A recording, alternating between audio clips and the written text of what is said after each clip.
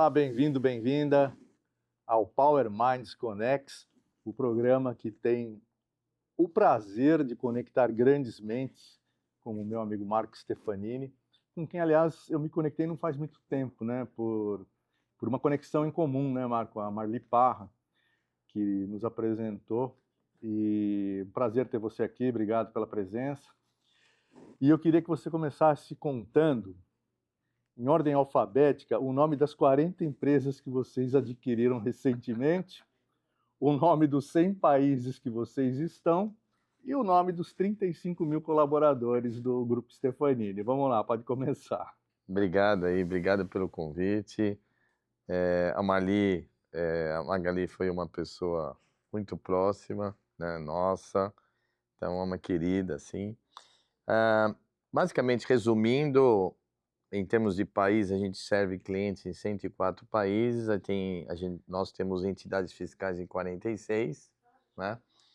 E há mais ou menos uns 15 anos, dentro de um processo de transformação digital mais forte, nós também decidimos, além de ajudar os nossos clientes a se transformarem, a gente também se transformou. Então nós fizemos vários investimentos, né, que hoje se traduzem em 7 verticais de negócios, não é? Então a Stefanini hoje é um grupo com 7 verticais de negócios e a gente se apresenta como uma Global Tech, né? Então é um grupo de tecnologia, obviamente focado em acelerar os negócios para clientes.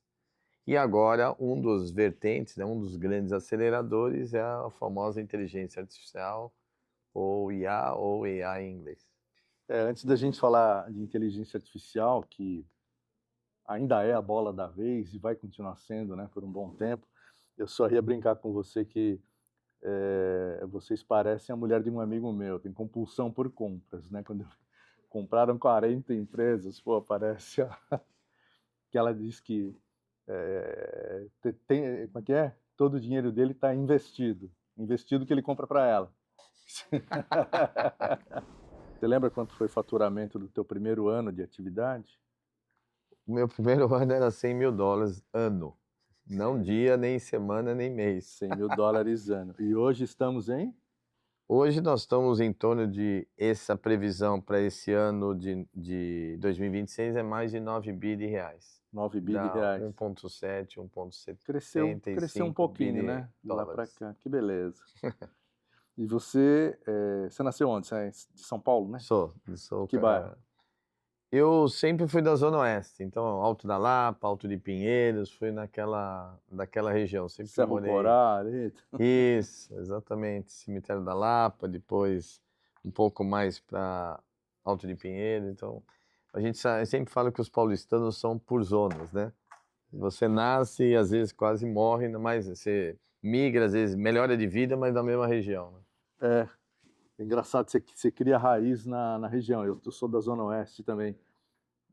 Já morei na Zona Norte,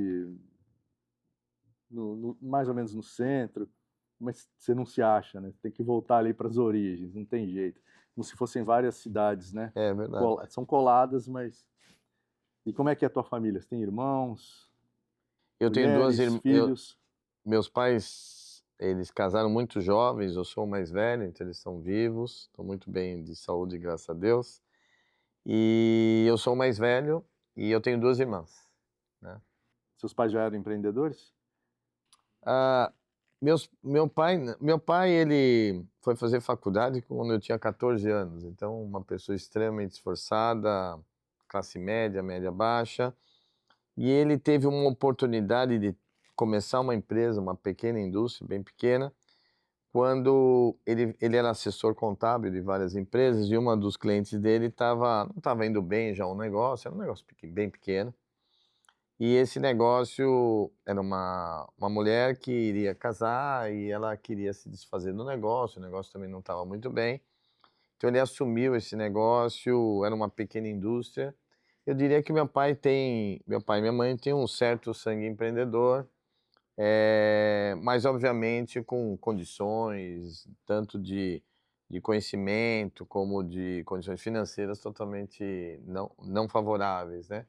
Mas eu acho que eles me passaram um pouco no mínimo, eles, acho que até, de certa maneira, encorajaram esse perfil empreendedor de maneira muito sutil, né? E as irmãs faziam o quê?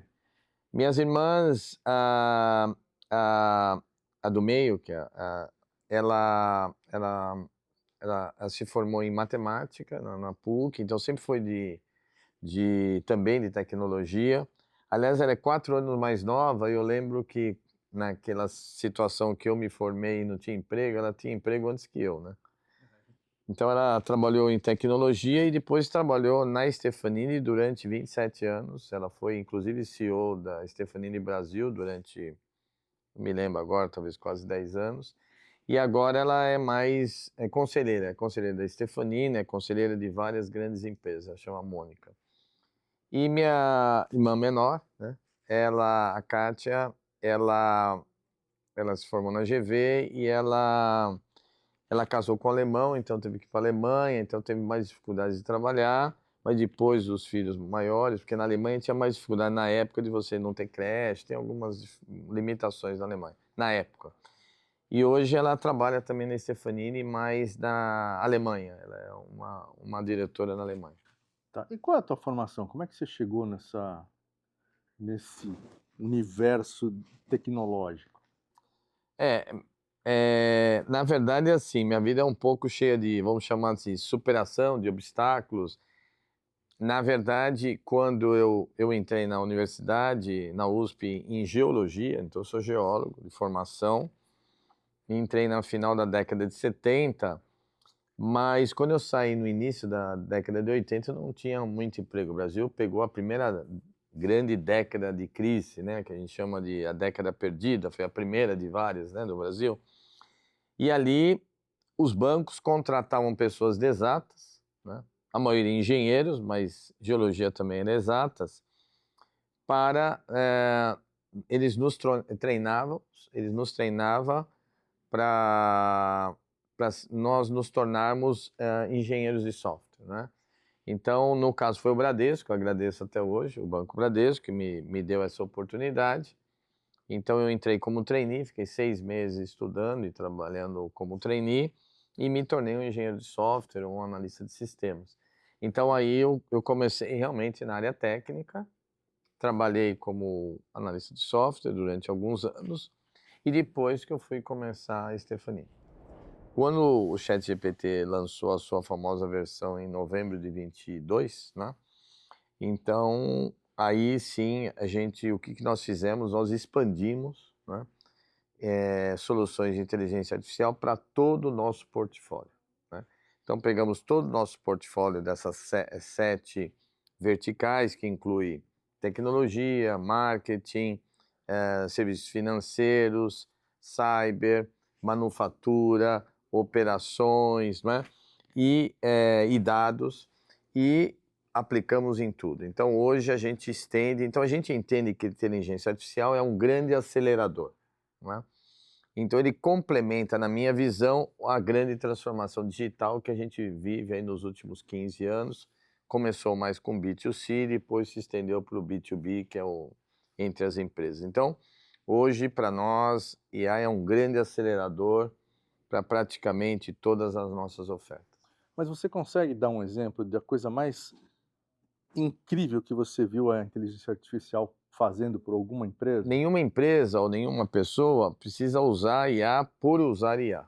Ele tem que usar na medida que ele tem um problema ou uma oportunidade de negócio e que muitas vezes o IA pode proporcionar algo que antes não era possível.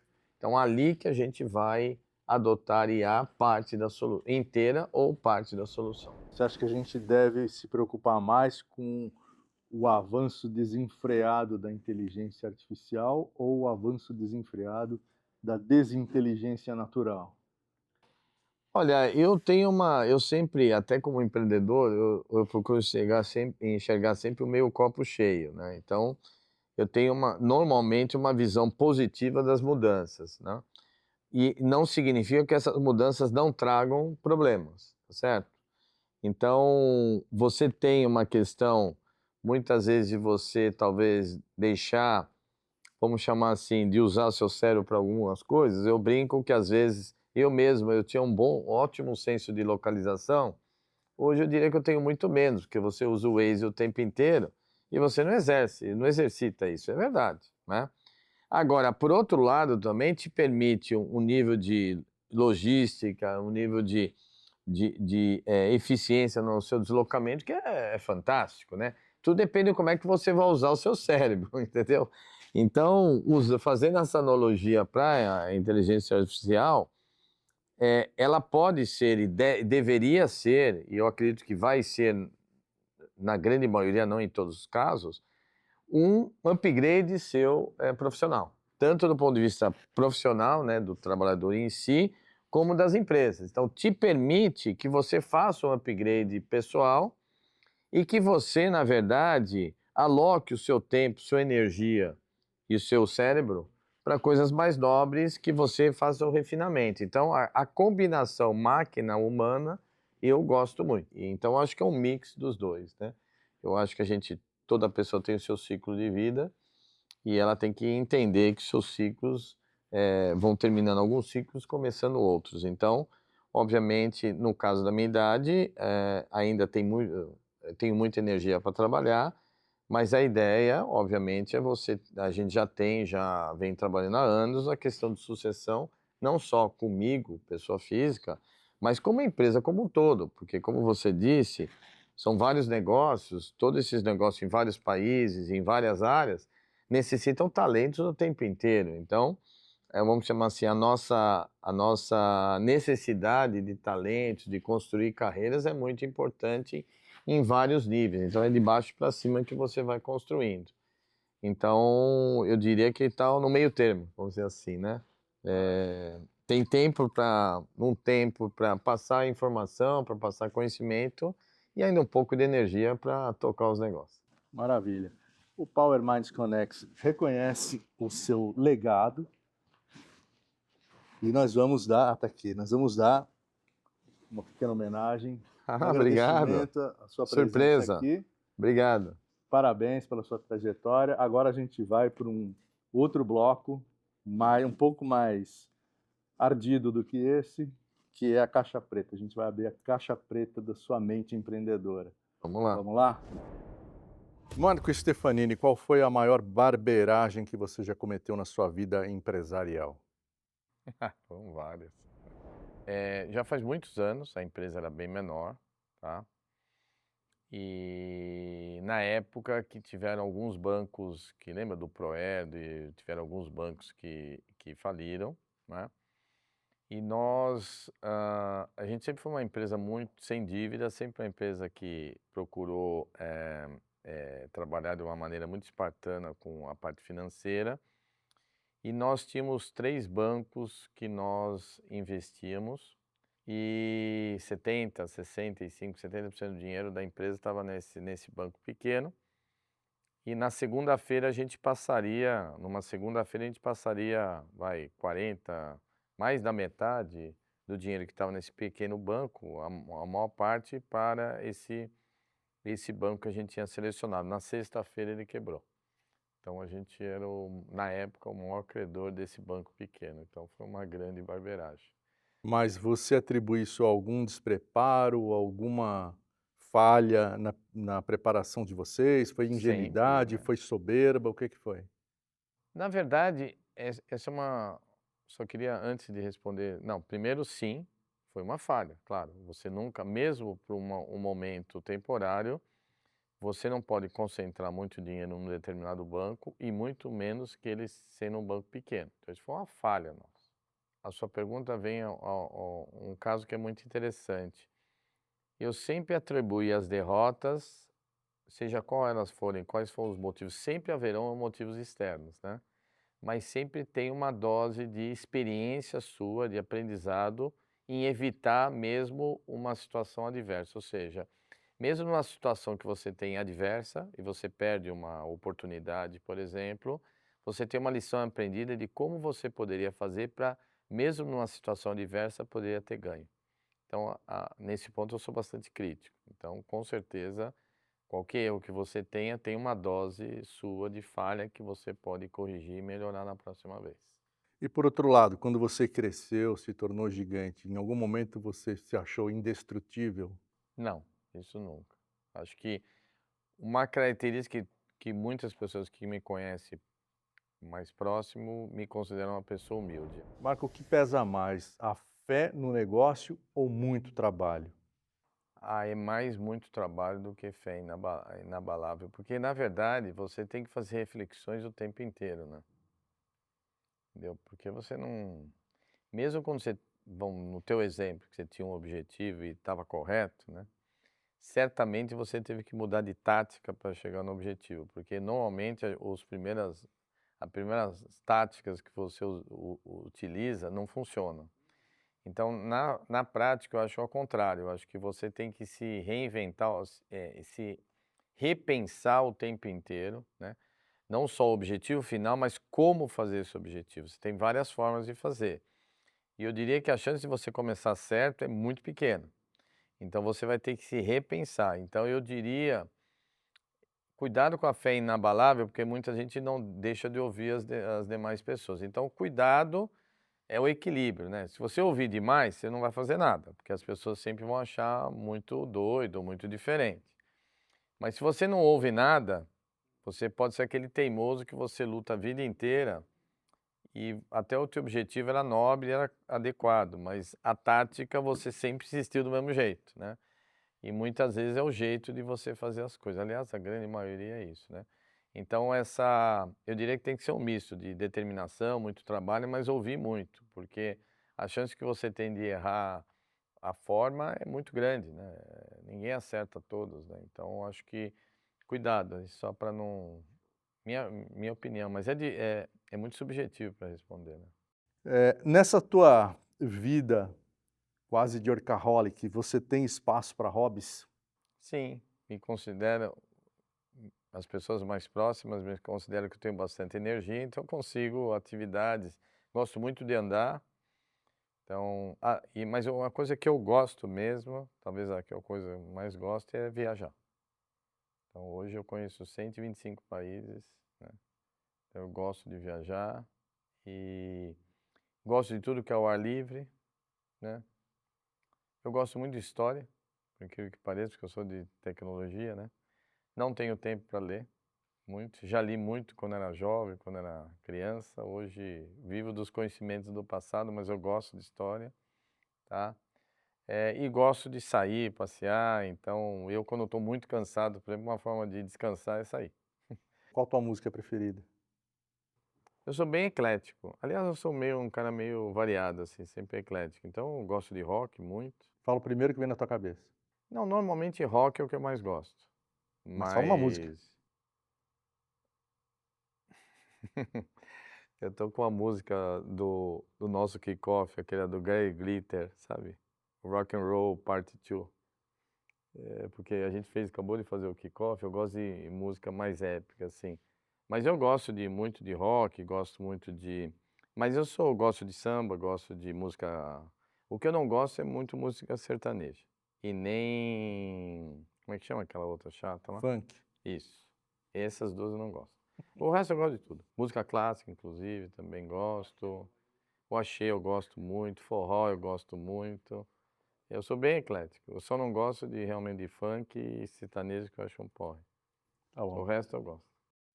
Qual foi uma coisa que você teve que abrir mão para se dedicar ao crescimento da sua empresa? Eu acho que poderia ter ficado mais tempo com meus filhos. Acho que sempre trabalhei muito e quando a gente vê o passado, os dois já são grandes e tudo mais, é o preço que eu paguei. Isso muitas vezes eu reflito e não sei, a gente não sabe se valeu a pena. Mas esse talvez a única coisa que talvez me doa um pouco é esse.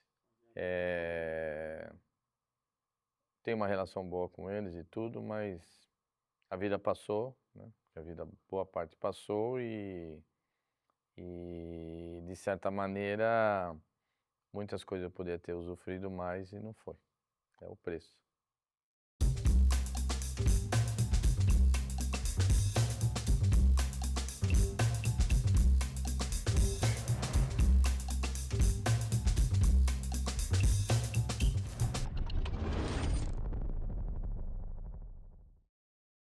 Você precisa ver isso pessoalmente. Premium, sofisticado e impactante. Não é uma casa de festas, é Diamond House. Quando sua marca escolhe a Diamond House, ela escolhe se posicionar com força e sofisticação. Mais do que um espaço, oferecemos uma menção exclusiva, com estrutura premium, tecnologia de ponta e uma vista de tirar o fôlego. O ambiente certo potencializa seus resultados. E aqui tudo foi pensado para elevar a sua marca. Agende sua visita agora e descubra como transformar o seu próximo evento em um marco.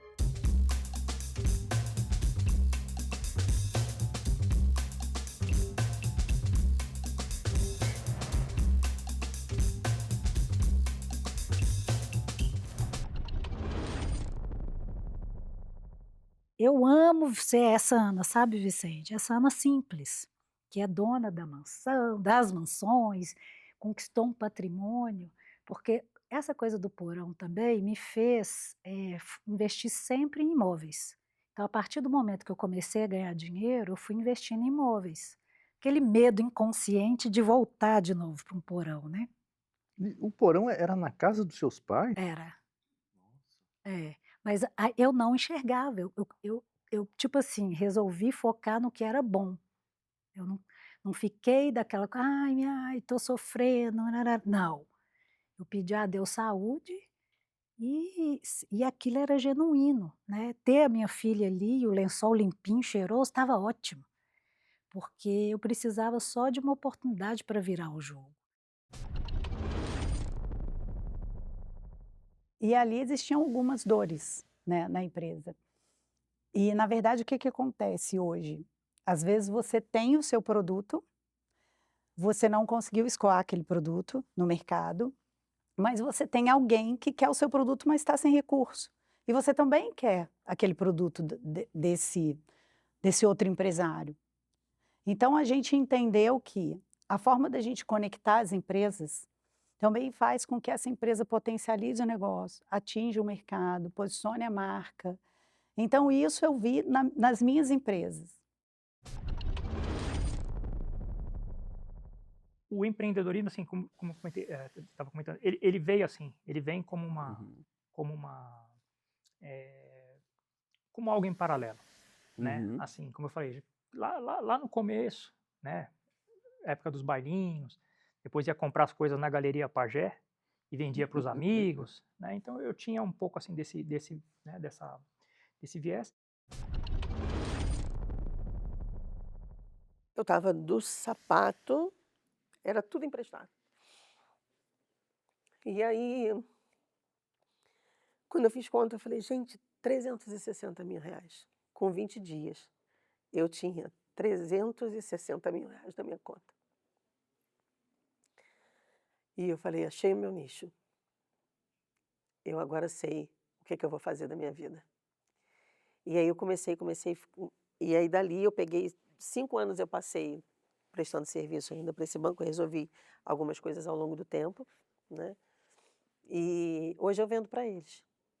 Hoje a minha empresa vende para eles. Quando eles precisam de precatório, eu vendo precatório para eles. E não tem, eles fazem parte da minha vida. Então esse foi o seu primeiro grande Esse cliente. foi o meu primeiro grande case. Em um ano você ficou milionário. Em um ano eu fiquei milionária. Em 2004 eu entrei na Sadia, né, em Toledo, né, no Paraná. Meu pai, meu irmão também, né, meu pai tinha arrendado as terras e depois minha mãe passou no concurso público em Indaiatuba. E aí meu pai e meu irmão se mudou para Indaiatuba e depois, quando eu terminei a graduação, eu também me mudei, que era uma vontade de vir para São Paulo. Indaiatuba estava se desenvolvendo muito, é um polo ali muito bacana, industrial. Então a gente se mudou para cá. Mas você chegou a pegar na enxada quando era criancinha ou não? Já rocei pasto, já arranquei feijão, já ralhei algodão, já catei algodão na lavoura Pô, também. diz que colher algodão é doloroso, né? Até acostumar um pouco ali, né? A posição que você fica é meio desconfortável, agachado, né? É. Então dá bastante dor na lombar, vamos falar assim, né? Mas trabalhei. Tive a vivência de como que é a agricultura manual, vamos dizer assim, né? Hoje eu tenho amigos, visito eles, né? Agora no Natal, no Ano Novo a gente foi visitar meu sogro e minha sogra que moram lá, tem amigos, e hoje tudo mais tecnificado, né? Os tratores com ar-condicionado, hoje quase ninguém capina mais. E um dos desafios de 2026 vem com muita força, nós estamos sabendo aí da tributação, que vai mudar muita, porque vai ficar quem é profissional. Amador não se sustenta mais. Não tem mais espaço Não para o tem. amadorismo, E eu não. tenho falado, e eu comecei falando para a minha turma, eu digo, agora é a hora. É o ano de alinhamento, não é nem tanto crescimento. Se você conseguir organizar a tua empresa e alinhar, 2027 você vai. E muita gente, o que eu percebo, Zé e Marcelo, alguns lucros existem em algumas empresas porque não pagam impostos, não recolhem da forma correta.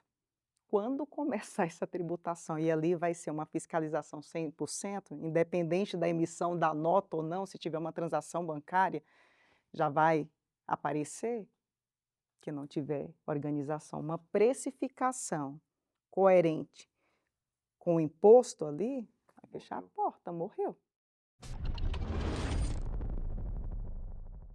Tem muita coisa, principalmente na área de RH, né, automação, de, por exemplo, agendamento de férias de uma empresa, né, você tinha que ter uma pessoa ali, olha, olhando para as férias. Hoje não, ele dispara lá para uma IA, a IA verifica quem está naquele período, já tem toda aquela análise, né, então a empresa faz um planejamento para você não ter, por exemplo, um contingente muito de colaboradores, né, fora naquele período, ou um acúmulo, né, porque também gera custo para a empresa, né, se todo mundo sair de férias ao mesmo tempo. Então a IA hoje faz essas automações, né, tá bem, vamos dizer, discreto no início ainda para essa parte, né, mas automação de operação, de coisas operacionais. Por exemplo, você pega os pedidos. Vínculo empregatício. Vamos trabalhar para não ter vínculo empregatício. Vamos trabalhar para não ter pedidos de hora extra. Vamos trabalhar para não ter... a gente vai ranqueando os pedidos. Quais são os problemas? Então, é antes. Então, por exemplo, você vai recolher imposto errado, você já vai pagar para depois restituir? Não, vamos fazer a correção antes. Vamos fazer os recolhimentos corretos, vamos manter o caixa, vamos fazer os pagamentos em dia. Então, é redução de litígio. Então, é preventivo, é orientar. Às vezes, é uma pequena orientação que faz a diferença. Então, eu não estou proibindo ninguém de contratar um MEI. Só que a pessoa tem que entender que tem a forma de conduzir. Daí a gente teve que contratar mão de obra, a gente teve que comprar alguma coisa de máquina, mesmo que fosse uma maquita simples para fazer corte, né, das coisas. Maquita e solda, né? Exatamente. Era isso que a gente trabalhava assim, ó, bruto ali no estágio inicial, quando a empresa era um fetinho de construção modular, era isso que a gente fazia, né? E aí você tem que aprender na marra, porque eu tinha assim uma noção, sabe aquela coisa, vida acadêmica, te fala um pouco sobre gestão de custos, aquela coisa toda, mas na prática é um negócio completamente diferente, né? Faculdade você fez do quê? Eu fiz comércio exterior, mas depois eu troquei para logística e não me formei em nenhum dos dois. Parabéns. Obrigado. Acabei largando, né? Porque com o desenvolver da empresa, especialmente quando a gente começou a trabalhar com construção modular, muitos dos clientes, mesmo que dentro das licitações, eles pediam uma visita técnica, né? Então você tinha que ir lá, tinha que ver o local, tinha que explicar como é que ia funcionar. E aí eu perdia da faculdade, já fazia menos matérias porque era eu que pagava, né? Então, se a gente tinha 5 matérias no semestre para fazer, eu fazia 3, que eram as obrigatórias. E aí tinha que ficar viajando, tinha que ir para o Paraná, e comecei a vir para São Paulo, aquela coisa toda, precisei fazer curso para entender melhor o que eu estava fazendo. E aí a gente teve esse processo assim de amadurecimento, realmente.